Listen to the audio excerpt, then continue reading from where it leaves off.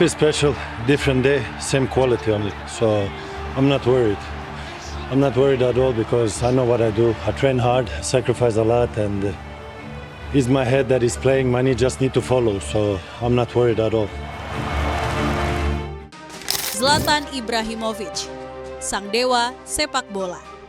Dimanapun ia berada, bersama siapapun, pada usia berapapun, ia selalu dominan.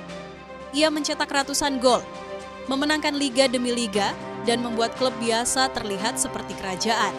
Tapi anehnya, pemain sekuat ini tidak pernah memenangkan Liga Champions. Inilah jejak sang legenda Zlatan Ibrahimovic.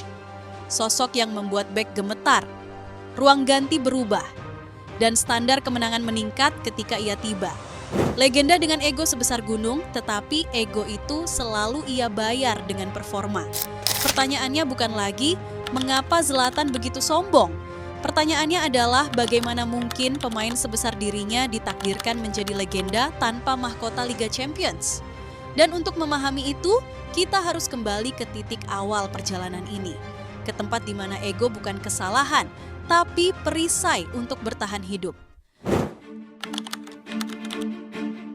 Zlatan tumbuh di Rosengard, lingkungan keras di Swedia bagian selatan, tempat di mana anak-anak tidak membicarakan mimpi, melainkan membicarakan cara bertahan hidup. Dari kecil ia belajar bahwa dunia tidak akan memberikan ruang untuk anak pemalu. Kepercayaan diri bukan pilihan, tapi syarat untuk tetap hidup. Dan dari sana, satu kalimat membentuk seluruh karirnya. Kalau aku tidak percaya pada diriku, tidak ada yang akan percaya. Zlatan tidak tumbuh menjadi pemain yang ingin disukai. Zlatan tumbuh menjadi pemain yang menolak kalah dari hidup. Ketika Ajax merekrut Zlatan, dunia belum benar-benar mengenalnya. Tapi hanya butuh waktu singkat untuk menyadari bahwa striker ini bukan manusia biasa. Dribble agresif, sentuhan licin, finishing magis. Sepak bola Belanda terasa seperti panggung yang sudah ia kuasai. Ajax mengasah taktiknya. Zlatan justru mengajarkan Ajax sesuatu. Bakat bukan untuk disembunyikan, bakat untuk ditunjukkan dengan bangga. Dan dunia mengenal Zlatan. Tapi kini misinya berubah. Dunia harus mengakuinya. Italia adalah ujian paling brutal untuk seorang striker. Pertahanan keras, duel fisik, taktik tanpa ampun. Bukan Zlatan yang terkikis, tapi Zlatan yang mengikis liga. Di Juventus ia menjadi dewasa, di Inter ia menjadi penguasa. 3 Scudetto berturut-turut bukan sekadar statistik. Itu bukti bahwa ucapannya selalu sepadan dengan performanya. Semakin ia sombong, semakin ia benar. Semakin ia dihujat, semakin ia menang. Tapi Zlatan tahu, Italia bisa ia kuasai. Liga Champions tidak ada di sana. Dan hanya ada satu kerajaan yang memegang mahkota Eropa paling suci, Barcelona. Barcelona seharusnya menjadi babak terbaik karir Zlatan. Tim treble winner, sistem terbaik di dunia, pemain terbaik dunia. Dan Zlatan tidak datang untuk mengubah Barcelona. Zlatan datang untuk menyelesaikan ambisi hidupnya Liga Champions. Gol ia cetak. Tim menang. Statistik indah, tapi angka tidak menceritakan seluruh cerita. Di Barcelona ada satu pusat orbit permainan, Lionel Messi. Zlatan bisa mencetak gol, tapi ia tidak bisa menjadi pusat tata surya tim. Ia tidak dilahirkan untuk menjadi roda kecil dalam mesin. Ia dilahirkan untuk menjadi mesin itu sendiri. Barcelona bukan kegagalan sepak bola. Barcelona adalah luka personal. Dan luka itu membentuk kalimat paling Zlatan sepanjang hidupnya. Kalau aku tidak bisa menjadi raja di kerajaan orang lain, maka aku akan membangun kerajaan milikku sendiri. Kerajaan itu bernama Paris Saint-Germain. PSG tidak mengubah Zlatan. Zlatan yang mengubah PSG, 4 gelar Ligue 1. Rekor gol klub, selebrasi ikonik, tendangan kungfu, dan mentalitas wajib menang. Zlatan tidak hanya mencetak gol, ia membangun budaya juara. PSG tidak membesarkan Zlatan, tapi Zlatan yang membesarkan PSG. Ia tidak mendapatkan Liga Champions, tapi ia mendapatkan sesuatu yang lebih besar, takhta yang sesuai dengan egonya. Namun ada panggung yang tidak bisa digantikan oleh klub manapun. Tim nasional Swedia asal-usulnya seorang Zlatan. Di klub Zlatan bermain untuk kejayaan, di Swedia ia bermain untuk diri sendiri, untuk masa kecilnya.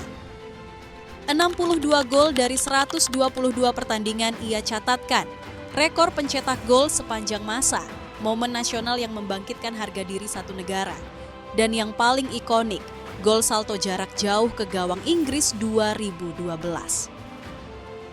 Gol itu bukan untuk trofi, bukan untuk final. Itu hadiah hidup untuk anak Rosengard yang dulu diremehkan. Swedia tidak memenangkan Piala Dunia, tidak memenangkan Euro, tapi melalui Zlatan, Swedia belajar percaya diri. Dan ketika ia mengakhiri karir internasional, Swedia tidak hanya kehilangan striker, Swedia kehilangan simbol keyakinan.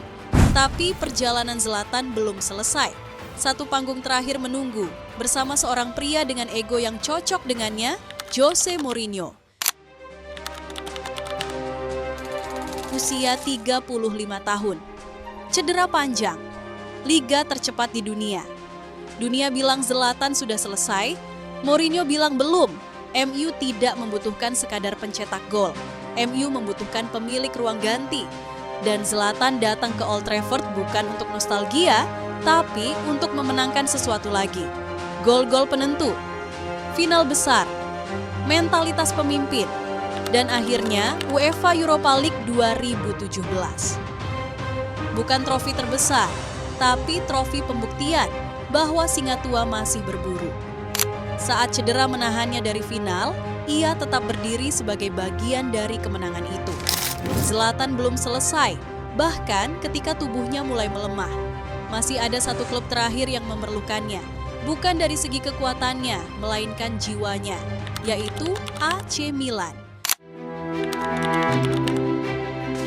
Ketika Zlatan kembali ke Milan pada 2020, ia tidak kembali sebagai pencetak gol paling berbahaya.